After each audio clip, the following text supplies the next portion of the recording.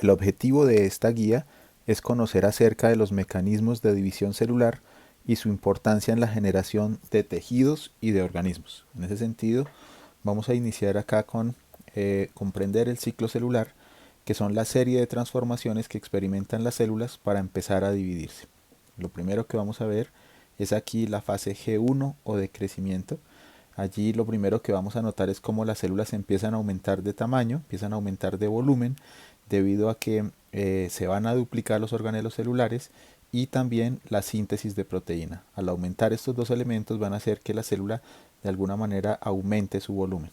En esta fase de crecimiento pueden pasar dos cosas. La primera, que la célula continúe con la fase de duplicación del ADN o que entre en una fase G0 denominada también estado de quiescencia, donde básicamente entran varios tipos de células. Algunas que entran por envejecimiento celular, otras que siguen cumpliendo funciones pero que no se dividen, y otras que quedan en un estado de latencia pero que en algún momento pueden ser reactivadas nuevamente para duplicación. Cuando hablamos de la fase S, bueno, esa fase G1 señalan que puede durar entre 6 y 12 horas. La fase S, que es la fase de duplicación del ADN, puede durar de 6 a 8 horas y básicamente lo que va a pasar es que el ADN se va a duplicar. Como se observa en el dibujo, primero tenemos aquí una, el ADN como tal, una de las hebras que la vamos a llamar una hebra madre, ¿cierto? Que en este caso puede ser la que está de rosado, para que nos fijemos ahí. La hebra madre sería la hebra rosada y esta hebra violeta va a ser entonces la hebra hija. Si ustedes se dan cuenta, el ADN va a estar formado por dos hebras madre, la que sería rosada y la gris, y dos hebras hijas, que sería en este caso la violeta y la verde. Cuando nosotros miramos el ADN es importante notar que existen 4 bases nitrogenadas de ADN que nosotros las estamos poniendo aquí en la parte de abajo. Estas dos, la adenina y la guanina, corresponden a unas bases denominadas purinas, y la timina y la citosina van a ser bases nitrogenadas denominadas pirimidinas. Siempre siempre se van a unir adenina con timina y citosina con guanina. Esa es la manera como se van a encontrar, y si ustedes lo notan, pues aquí lo podemos ver: adenina con timina, ¿cierto? Aquí citosina con guanina, guanina con citosina, siempre va a ser la manera en que se divide. Cuando el ADN se duplica, básicamente lo que va a hacer es condensarse. Y la manera como vemos el ADN condensado es lo que denominamos un cromosoma. Un cromosoma va a estar conformado entonces por dos cromátidas, que en este caso son cromátidas hermanas, y si son cromátidas hermanas, ustedes se dan cuenta que en el dibujo yo traté de colocarlas lo más parecidas posible, y nos damos cuenta entonces cómo cada una va a estar formada por uno, 2, 3, 4, 5 y 6 genes.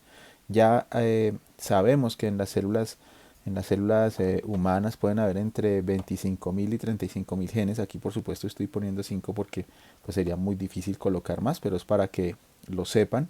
Entonces un cromosoma va a estar compuesto por dos cromátidas, ¿cierto? Un centrómero, que es el punto de donde se fijan las dos cromátidas, los genes, que en este caso están representados por los diferentes colores, el locus, que es como la dirección genética de cada gen. En este caso el locus es el lugar específico del cromosoma donde está localizado un gen o una secuencia de ADN. Y ese gen, esos genes, pues sabemos que si aquí estuviera, por ejemplo, en este de aquí, el gen color de ojos, pues aquí tendría que estar el gen color de ojos. Es decir, lo mismo que está al lado, los mismos genes que están al lado derecho son los mismos genes que están al lado izquierdo. En este dibujo que está colocado a este lado, vemos entonces una cromatida, es decir, de esa manera representamos un cromosoma que no se ha duplicado. O sea que cada vez que ustedes vean este dibujo, pues esta representación que está aquí, pues básicamente lo que estamos diciendo es que el ADN no está duplicado, y cuando veamos el cromosoma en forma de mariposa, digamos, vamos a decir entonces que estamos representando el ADN duplicado. Siguiendo entonces, eh, siguiendo entonces aquí con esto, pues vamos a ver entonces que eh, eh, vamos a ver entonces que continuaría la fase G2, y esa fase G2 es donde se corrigen los posibles errores que hayan surgido durante la duplicación del ADN, y se termina de preparar la célula para comenzar la división celular. Es decir, hay unos mecanismos encargados justamente de revisar que no se hayan cometido errores en la duplicación del ADN, y terminado este proceso vamos a arrancar entonces con lo que se denomina la mitosis. Eh, entender Entender la mitosis implica también entender para qué sirve la mitosis, ¿no?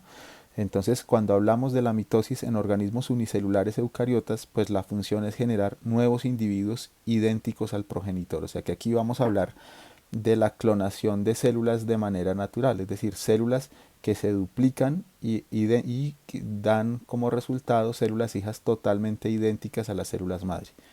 En el caso de nosotros, pues hay dos funciones principales. Uno es reparar y renovar los tejidos, y otra producir crecimiento. Es decir, repararnos y crecer. ¿Qué quiere decir eso?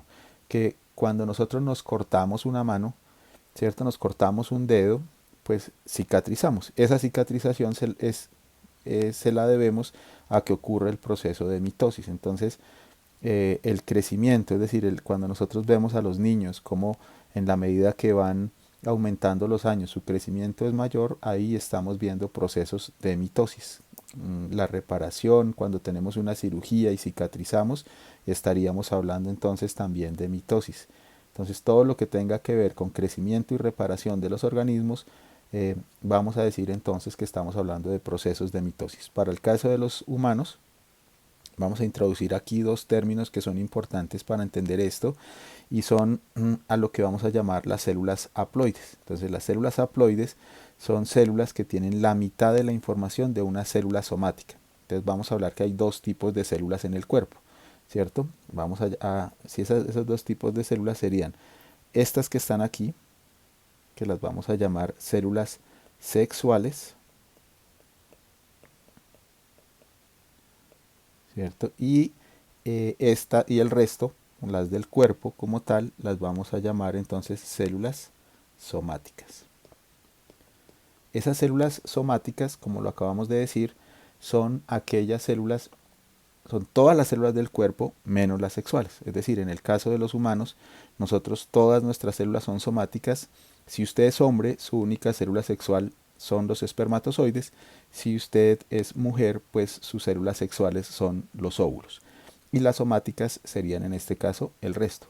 Entonces nosotros sabemos cómo se unen dos células sexuales, en este caso el espermatozoide y el óvulo, que son células haploides, es decir, que tienen la mitad de la información.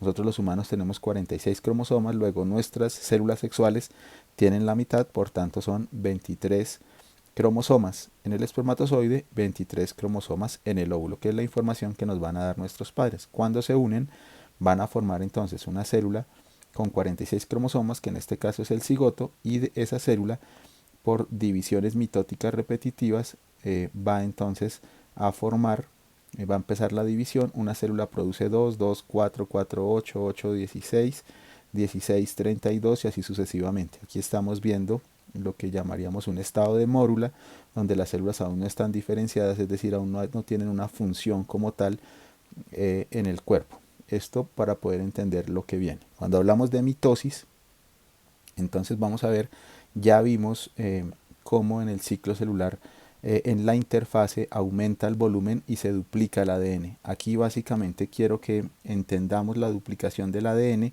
como ya habíamos dicho atrás, en una gráfica anterior, que cuando hablábamos de duplicación estábamos viendo a los cromosomas en forma de mariposa. O sea que aquí el ADN está ya duplicado. Ustedes notan como la membrana nuclear todavía existe, pero al pasar a la siguiente etapa, que es la profase, ya desaparece la membrana nuclear, los centriolos empiezan a fabricar el huso mitótico, y los cromosomas quedan libres en el citoplasma.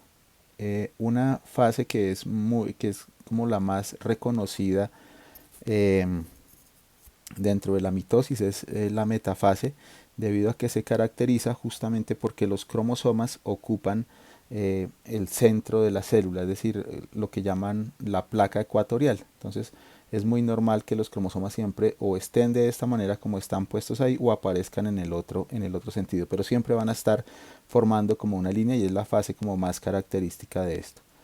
En la anafase, como ustedes se dan cuenta, ya empieza a separar, se separan las cromátidas, es decir, el uso mitótico lo que hace es que rompe el cromosoma en dos. Entonces va una cromátida para un lado y la otra cromátida para el otro, formándose. Entonces empieza a alargarse la célula, y ya se pasa a una siguiente etapa, que es la de la telofase, donde empieza a fracturarse la célula madre. Pero quiero que hagamos una mirada sobre los colores de esto. Des en cuenta cómo la célula madre inicia con un cromosoma azul, uno verde y uno rosa, y cómo al final, si ustedes se dan cuenta, cuando llegamos aquí, seguimos teniendo el azul, el verde y el rosa. Es decir, lo que vamos a formar son dos células totalmente idénticas. De pronto es más fácil verlo aquí con el ejemplo. Lo que sí es claro es que en este caso ya habíamos hablado de las células diploides, es decir, si la célula madre tiene dos cromosomas, ustedes se dan cuenta como las células hijas también tienen dos cromosomas, lo están viendo aquí, y son iguales. Si inician con azul y rojo, pues las dos células hijas también van a ser azul y rojo en este caso. Eso para el caso de las células animales. En el caso de las células vegetales, pues nos damos cuenta como en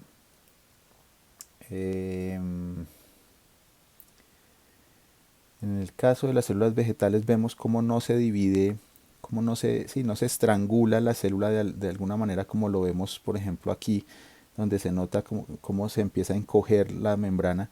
En el caso de las células vegetales, por tener una pared celular rígida, pues lo que empieza es a formarse una placa, y esa placa empieza a tener los mismos componentes de la pared celular y de la membrana, y luego se dividen, que es lo que estamos viendo acá. Pero el principio fundamental, que es que la célula madre, que tiene dos cromosomas, al final las células hijas también tendrían dos. Es decir, aquí estamos viendo que una célula madre produce dos células hijas idénticas, son clones de la célula madre. Esto para entender ese proceso.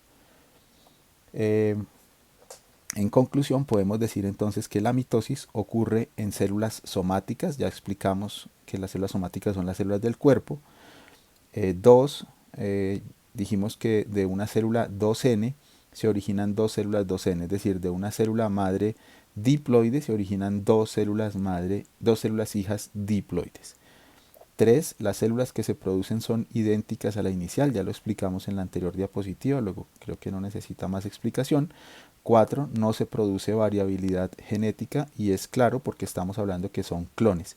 Como son células idénticas, en este caso no hay variabilidad, todas son iguales, luego no se puede hablar de una variabilidad genética. 5.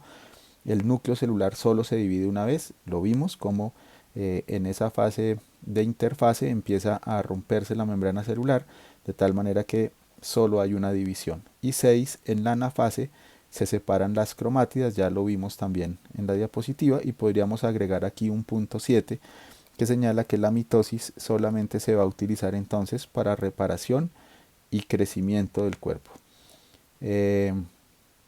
Espero hayamos entendido entonces las características del ciclo celular y su funcionamiento, especificando para qué sirve cada una de las etapas y cómo funciona entonces